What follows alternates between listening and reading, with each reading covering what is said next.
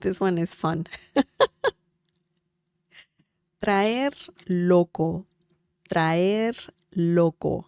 You know what loco means, right? It means crazy. But traer loco, it's almost a literal translation. And I'll let you know the situations you can use this, where you can use this phrase. And it's either something, I'll tell you the meaning right now. I'll tell you the meaning. The meaning is to drive someone crazy. Oh my God, it happens, right? Something is not working. Your computer, your phone, anything else, your printer, and that drives you crazy. So you can use this phrase for that. And also, you can use it in another particular situation. I'll let you know more about that in a few minutes. Okay, so for example, esta computadora me trae loco. Esta computadora me trae loco. This means this computer is driving me crazy. Oh boy, that's not nice. That's not nice. Esta means this. Okay, remember without the accent mark, it means this. With the accent mark, it means is. Ella está bonita. She is beautiful. Okay. Now, computadora, or in Spain, it's called ordenador.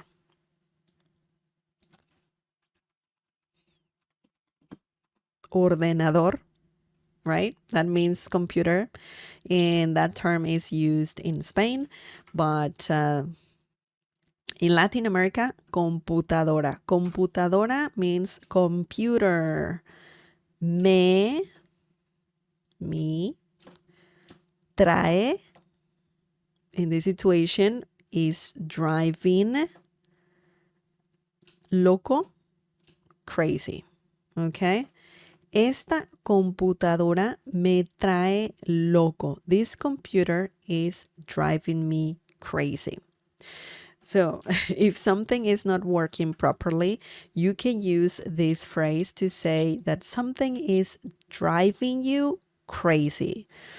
Oh boy, that is not fun at all. Anyways, let's move on and let's look at the next example. The last example. Okay. I don't know why. There you go. Okay. The next example, let's see. Let's see what we have here. Okay. The next example is no he dejado de pensar en ti. Me traes loco. Well, this is the opposite. No he dejado de pensar en ti. Me traes loco. By the way, T doesn't need an accent mark. I don't know why it's there. There you go. I was like, T doesn't have an accent mark. Anyways, no he dejado de pensar en ti. Me traes loco. What are we talking about? Is this something good or something bad? Is it good or bad? I don't know. Let's see. The meaning of this is I haven't stopped thinking about you. You drive me crazy, but crazy in love. So if you cannot stop thinking about someone, if you are feeling really, really in love, you can use this phrase for that too.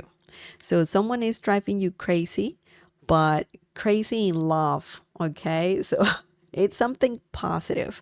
If you say this to someone, you're telling them, man, I love you so freaking much. I can't stop thinking about you. Essentially, that's what you're saying in this sentence right here. So let's break this down. Let's see. Let's see how this works. No means no. It can also mean don't. It can also mean won't, or in this situation, haven't. Okay. Oops. Yo no he. We don't need yo, by the way. We can just drop it. So when you have a verb, obviously it's conjugated for a particular pronoun. So that's how you know what you're talking about, who you're talking about, okay? So when you have no he dejado, that means I haven't stopped, okay? No he dejado de fumar. De fumar. I haven't stopped smoking. No he dejado de pensar. That means when you have de pensar, dejado de, by the way, this is a verb, dejar, dejar de, these two are commonly used in Spanish, and dejar de means to stop doing something. In this situation, we're saying no, like no he dejado, yo no he dejado, I haven't stopped. By the way, he comes from the verb haber, another great Spanish verb, and it's similar to saying haven't. Why? Because it's negative, okay? Or have if it's positive. No he dejado de, I haven't stopped. Pensar means thinking or to think, okay? When you say no he dejado de and you add another verb, you need the verb in the infinitive form, which means you don't conjugate it. In English, you have the gerund form. You don't need that in Spanish. You don't need that. You don't need that. So just remember that. No he dejado de fumar. I haven't stopped smoking. No he dejado de comer. I haven't stopped eating. No he dejado de estudiar. I haven't stopped studying. Okay, so just remember that. No he dejado de is a great phrase that means I haven't stopped doing something, right? Whatever the case is. Okay, pensar, thinking in the situation. Pensar en means to think about, okay? To think about. I know en means in, on, and at. But in this situation, when talking about thinking about someone, then you can use en. Pensar en. Pienso en ti. I'm thinking about you. Pienso en mi familia. I'm thinking about my family. Pienso en ti. I'm thinking about, I already said that. I'm thinking about you in this situation. Ti means you. I know in Spanish you say tú, right? Tú means you, but ti is used at the end of or middle of sentences. You cannot say pensar en tú. That's wrong.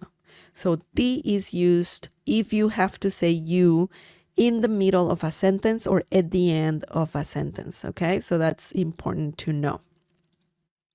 Me traes, tú me traes. We don't need tú. We can say me traes loco, the whole thing, and that means you drive me crazy. We don't have tú, which means you. Just remember that. Drive crazy, traes loco, and me means me, okay? And of course, we're talking about love. We're talking about love. Okay, so that is important. That is important to know. That is important to know. Now, the negative, if you want to say that someone is driving you crazy in a bad way, so then I suggest using the phrase volver loco. Okay, I'm just going to put it here. Volver loco. So this is you can even use it here in this situation. Esta computadora me vuelve loco. That's another way to say to drive someone crazy. Okay. So, but this one can be used to in a negative way mostly. So no he dejado, you would not say this if someone is driving you crazy.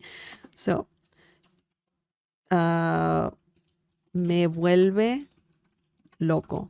But it can also be used in a positive way. If you are saying, oh my God, this is amazing, I love it so much, you can also say me vuelve loco. But anyways, you can say, someone is driving you crazy. For example, mi jefe